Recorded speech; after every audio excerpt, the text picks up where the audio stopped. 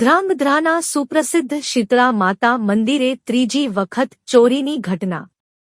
સુરેન્દ્રનગર જિલ્લાના ધ્રાંગધ્રા સ્થિત શીતળા માતાનું મંદિર સુપ્રસિદ્ધ મંદિર છે તેમજ ધ્રાંગધ્રા પંથકમાં અનેક ભક્તોની શ્રદ્ધાનું કેન્દ્ર પણ છે. ત્યારે છેલ્લા 6 મહિનામાં આ મંદિરમાં બીજી વખત થઈને કુલ ત્રીજી વાર આ મંદિરમાં ચોરીની ઘૃણાસ્પદ અને શર્મજનક ઘટના સામે આવી છે.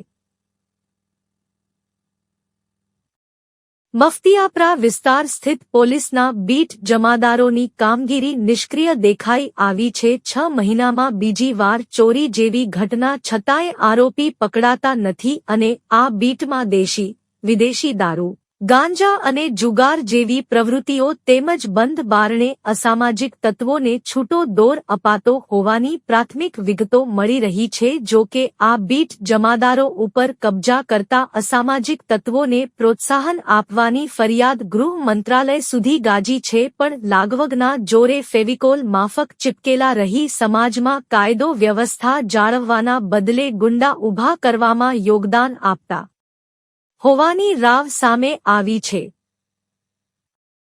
એક તકે શીતળા માતા મંદિરે ફરી ચોરી થતા ધ્રાંગધ્રાવાસીઓ ઉગ્ર રોષે ભરાયા છે.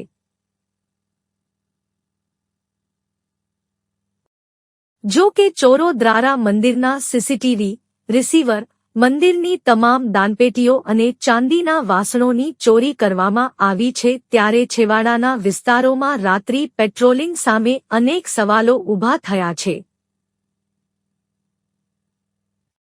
હાલ મંદિરના પૂજારી દ્વારા પોલીસ સમક્ષ અરજી મારફતે ફરિયાદ નોંધાવી છે. ત્યારે આ પ્રકારનું કૃત્ય કરનારને તત્કાલ પકડી કાયદાનો કડક પાઠ ભણાવવામાં આવે તેવી લોકમાંગ ઉઠવા પામી છે.